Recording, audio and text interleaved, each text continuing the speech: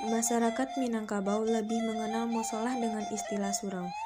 Sama halnya dengan musola, surau adalah bangunan yang berfungsi sebagai tempat ibadah namun berukuran relatif lebih kecil dibandingkan dengan masjid. Biasanya surau dibangun di tempat yang paling tinggi atau setidaknya lebih tinggi dari bangunan lain.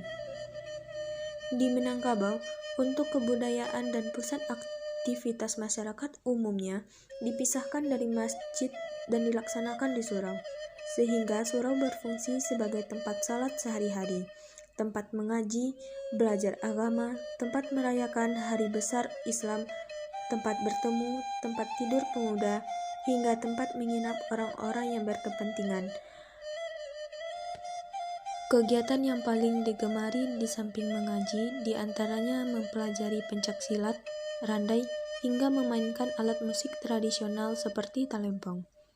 Sesuai dengan falsafah Minangkabau, adat Sandi Syarak Sandi Kitabullah. Rangkaian kegiatan tersebut sekaligus membentuk karakter yang berguna untuk mereka kelak di masa depan.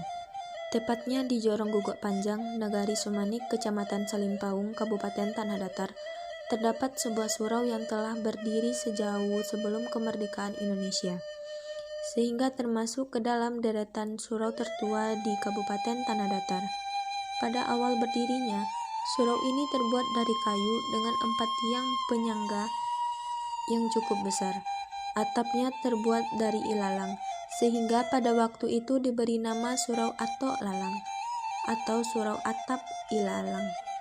Hingga sekarang, sebutan tersebut masih melekat di benak warga sekitar. Arsitekturnya sederhana, bangunannya terdiri dari 2 tingkat, 1 ruangan di dekat pintu masuk dan 2 jendela di setiap sisinya.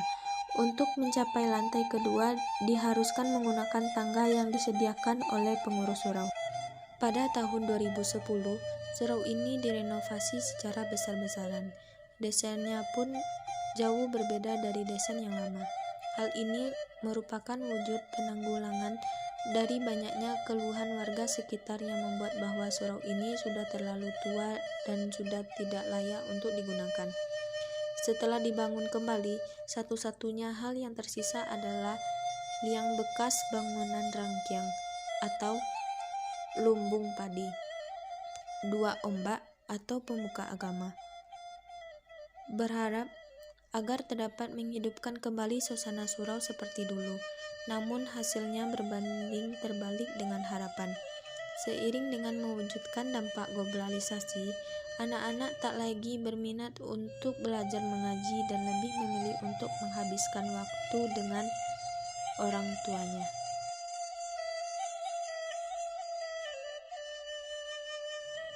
Bagian halamannya dikelilingi oleh parit dan tepat di depannya terdapat sebuah kolam ikan milik warga. Bagian bawahnya dimanfaatkan oleh petani sebagai tempat untuk menyimpan benih tanaman dan hasil panen mereka selain di rangkyang.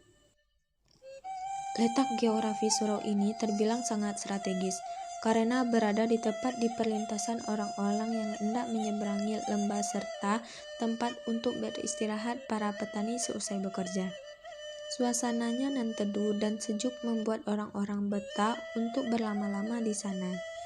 Di sekitar lembah juga terdapat 6 luak atau tapian yang memiliki sebutannya masing-masing.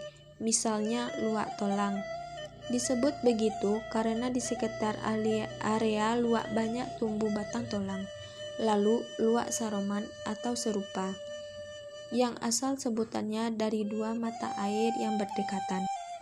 Walaupun dengan kondisi yang sangat sederhana, tanpa listrik, jalan tanah yang selalu becek pada musim penghujan, keberadaannya sangat mempengaruhi siarnya agama Islam di Nagari Sumanik serta nagari di sekitarnya. Banyak orang yang datang ke sana untuk belajar.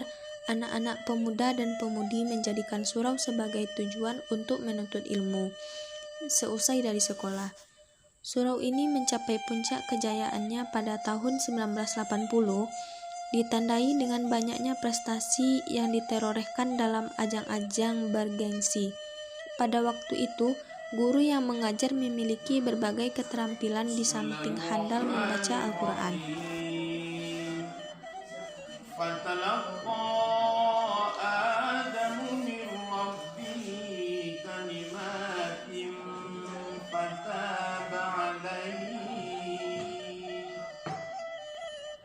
Beliau merupakan salah satu orang berpendidikan tinggi dengan pendidikan terakhir di Sekolah Tinggi Agama Islam Negeri Kota Batu Sangkar.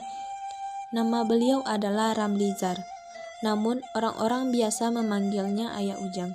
Pada waktu mengajar, ia juga dibantu oleh 2 orang pengajar lainnya. Bukan hanya pengajarnya yang hebat, namun murid-muridnya memiliki kemampuan yang kuat untuk belajar. Mereka menjadikan guru sebagai idola, orang yang disegani, dan surau menjadi tujuan setelah kegiatan lainnya.